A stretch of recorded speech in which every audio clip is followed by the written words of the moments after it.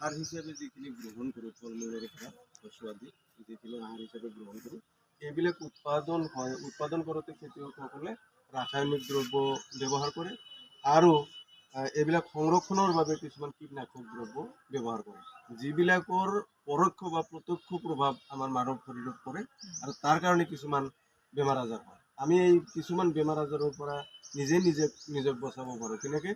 আমি ঘৰুৱাভাৱে যদি তাৰমানে পচন সাৰ উৎপাদন কৰোঁ, সেইখিনি যদি খেতি পথাৰত ব্যৱহাৰ কৰোঁ, তেতিয়াহ'লে তাৰ পৰা আমাৰ দেহাৰ কোনো ধৰণৰ অনিষ্ট নহয়। এতিয়া আমি পচন সাৰ কেনেকৈ বনাম? প্ৰথমতে এই মই দেখুৱাই দিয়াৰ দৰে এনেকৈ এটা গাঁত খান্দি ল'ব লাগে। ঘৰৰ চোতালৰ এটা চুকত গাঁত খান্দি ল'ব লাগিব আৰু গাঁত খান্দাৰ পিছত এই যিটো মানে শুকান গোবৰ আছে, এই শুকান গোবৰ এনেকৈ দিব লাগিব। বেছিকৈ দিব লাগিব, মই কমকৈ দেখুৱাই দিছোঁ। বেছিকৈ দিব লাগিব বা জাবৰ জোঁথৰ যিখিনি চোতাল সাৰি মচি হয় সেইখিনিও দিলা তাত।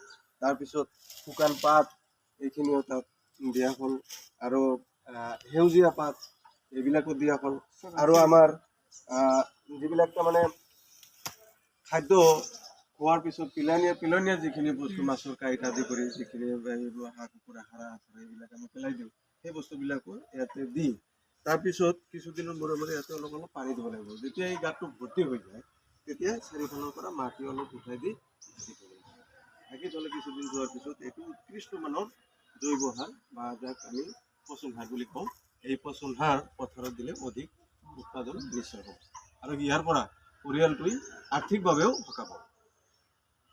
ধন্যবাদ।